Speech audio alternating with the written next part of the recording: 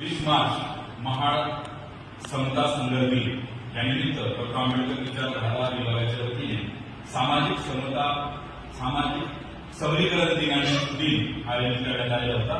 त्यानिमित्त प्राध्यापक शंकरेश्वर सर यांचं विशेष व्याख्यानही आपण आयोजित केलेलं आहे आणि बाबासाहेब आंबेडकरांच्या या समता संघर्षाच्या संघर्षाला एक शब्दातून अभिवादन करून आपण एक गीताने हे अभिवादन करणार आहोत। माझ्या खंबीरने